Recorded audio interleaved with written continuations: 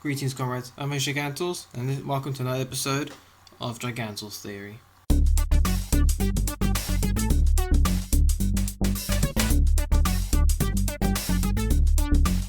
So, in today's episode, we will be discussing part of the science behind Godzilla. Now, there's a bit of a spoiler warning for those who haven't seen Godzilla and Godzilla King of Monsters, so if you haven't, just watch it.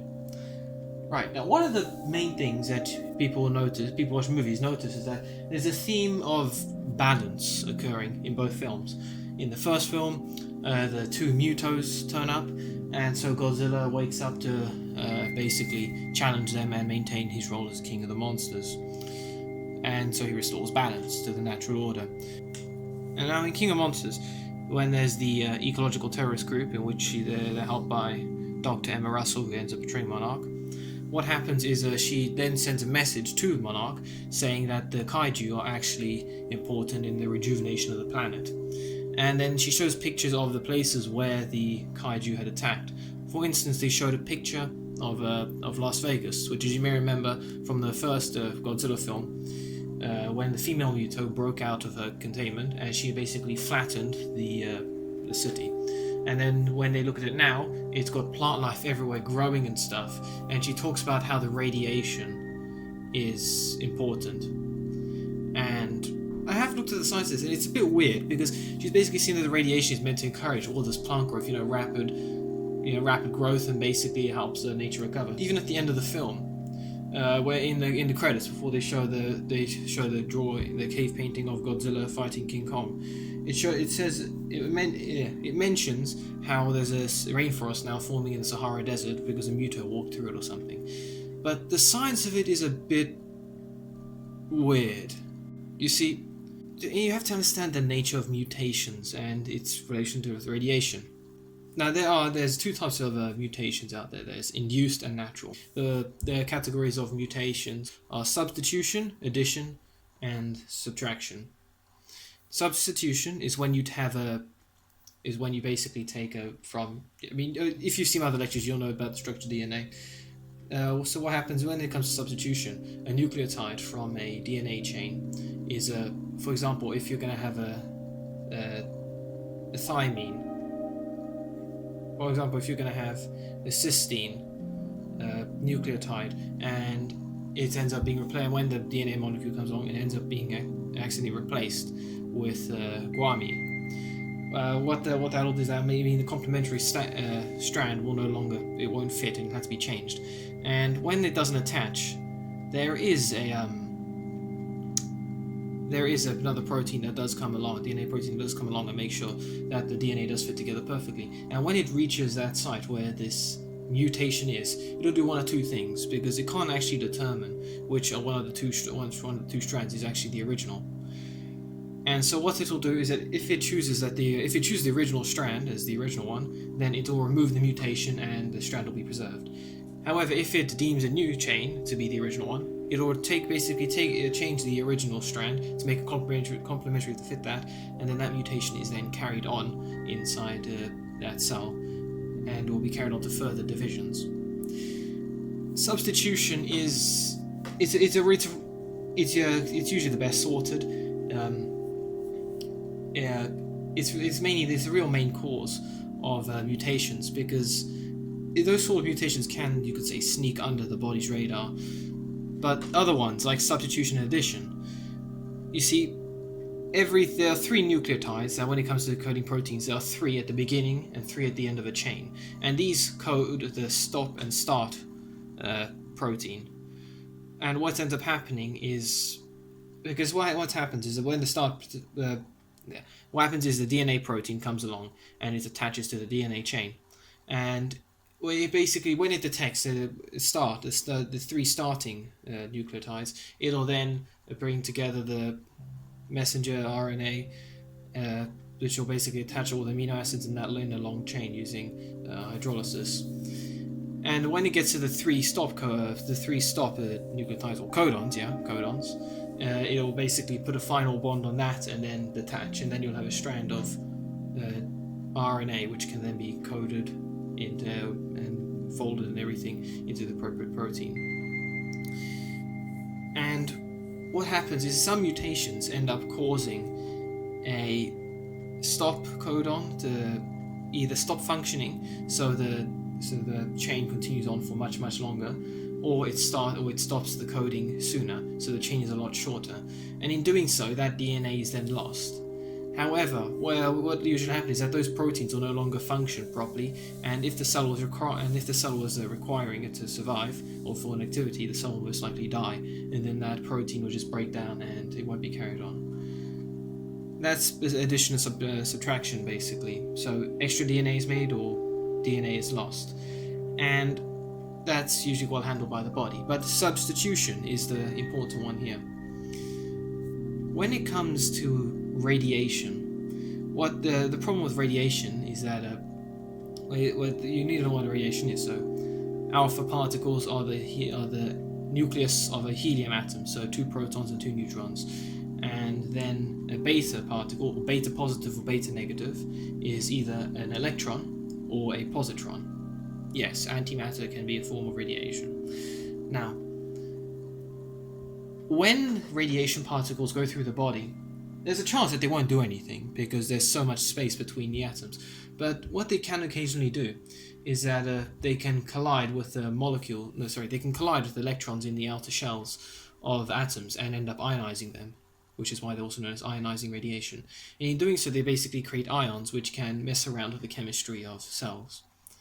I mean, occasionally, our cells are our nuclei are too small to basically be affected if they're hit by a radioactive particle, because this isn't a nuclear decay chain.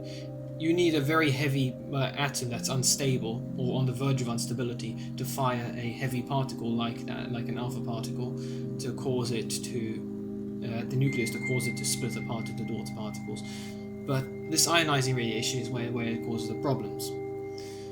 Because if you've seen the structure of nucleotides, so thymine, adenine,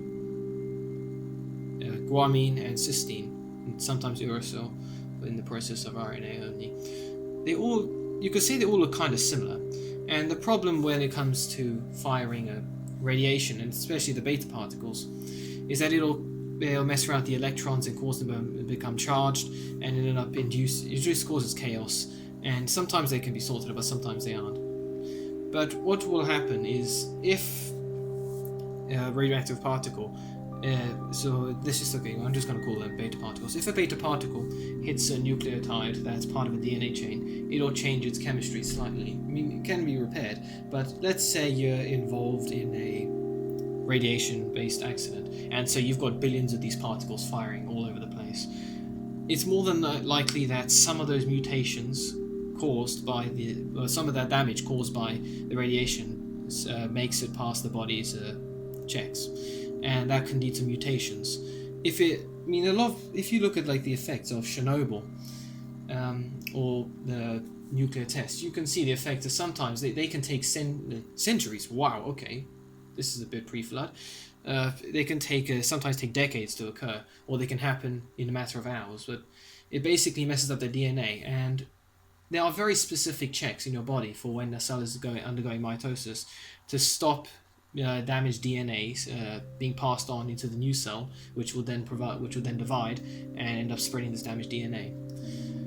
And if that DNA is damaged, then either try and fix it or destroy the cell.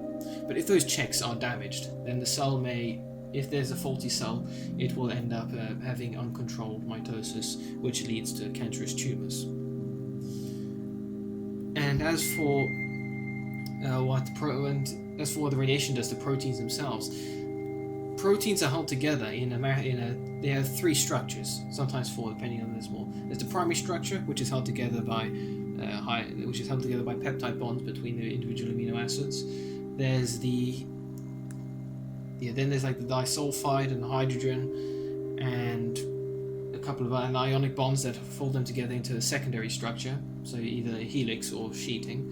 And then for the third structure, the tertiary structure, it's a combination of all of those, but also hydrophobic and hydrophilic properties of the amino acids, and he folds them into these unique shapes. And if you're firing these charged particles at those proteins, they can mess around with the properties of those amino acids and cause them to unfold and become useless. Like an enzyme will be rendered useless. It cannot be. Its active site will change shape and it can't be used anymore. And one of the problems, and that's one of the problems of radiation. So it causes cancer, or it ends up stopping proteins in your body functioning properly. Now, if we look at the Mutos in Godzilla, or so now called the Titans, they all, I believe all of them, especially Godzilla, he releases huge amounts of radiation. He's a walking nuclear reactor, and that means that he'll be exposing the environment around him to a lot of radiation. So, if you talk about the uncontrolled growth, just rapid growth and stuff, rapid cellular division of plants, then okay, you may really basically explain what happened with Las Vegas.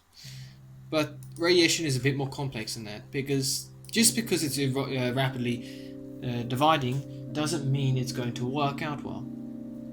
In fact, a bunch of scientists are trying to see how radiation could have influenced the rate of evolution. And what they did was they took a radioactive source and exposed it to fruit flies, and all the fruit flies that survived, didn't get radiation poisoning or anything yet. Some of them ended up growing or evolving a second pair of wings. Now, if these were in the wild, this second pair of wings would have allowed them to fly faster.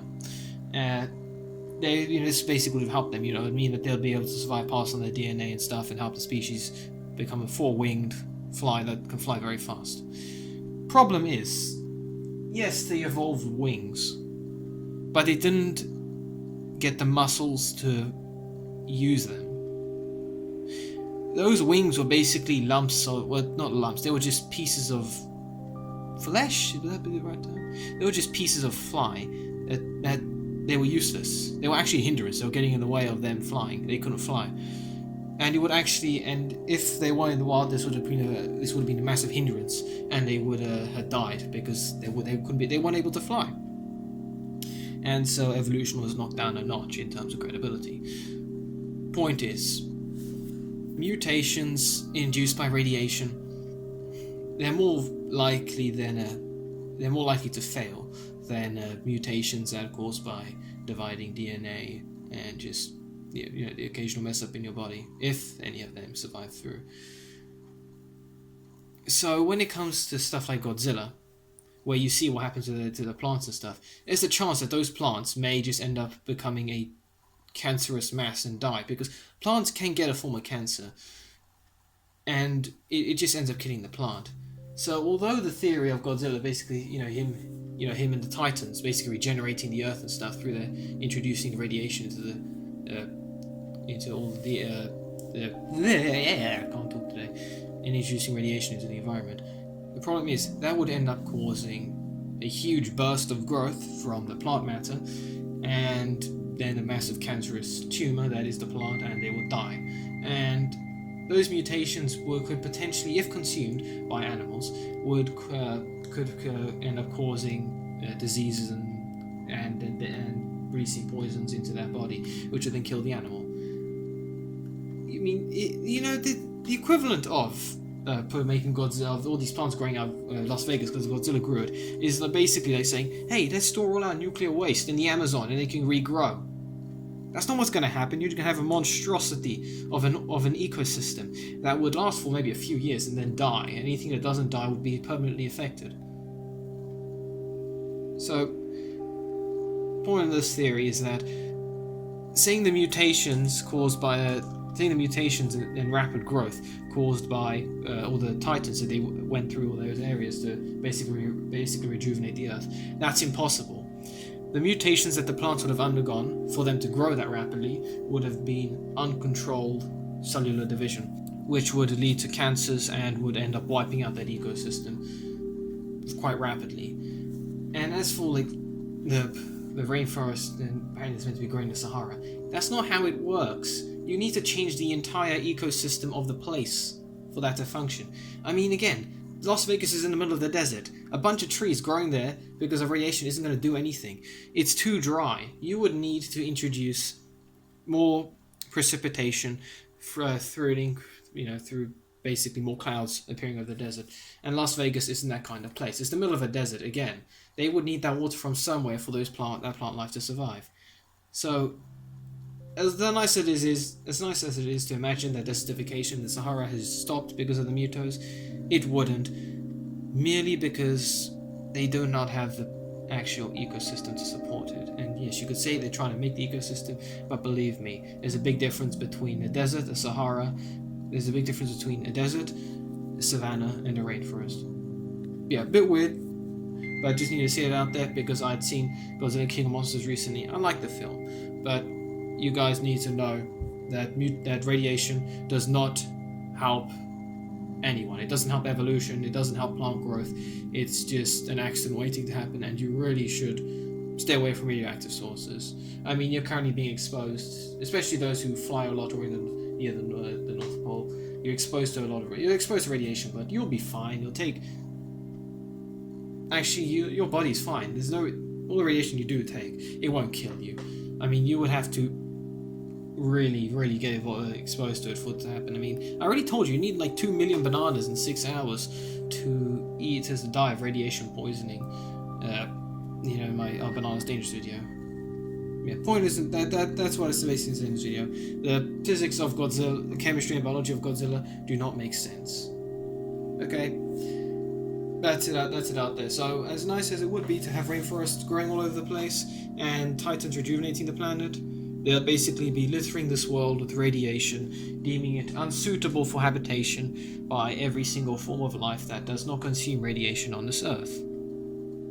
I mean, I think they did find a fungus in Chernobyl that is eating radiation, and then there's a bacteria that's living in a lake that's also eating radiation. But apart from them, we'd all be dead. Depressing, I know. I'm the king of optimism here. But anyway, so that's the theory now. The physics of Godzilla does not make sense. We would all die from radiation poisoning as cancerous masses. If you like this video, please do give a like, please do share my videos, please do comment what you think of them, and any other theories you want me to do. Please subscribe to my channel so you can see more content, and please ring bells to keep up to date with my Giganto's theory videos. Next episode, or next theory, I'll see what else I can find. I mean, if you have any ideas, really do let me know, because I'm running out of ideas here. Anyway, see you next video, comments. Until then.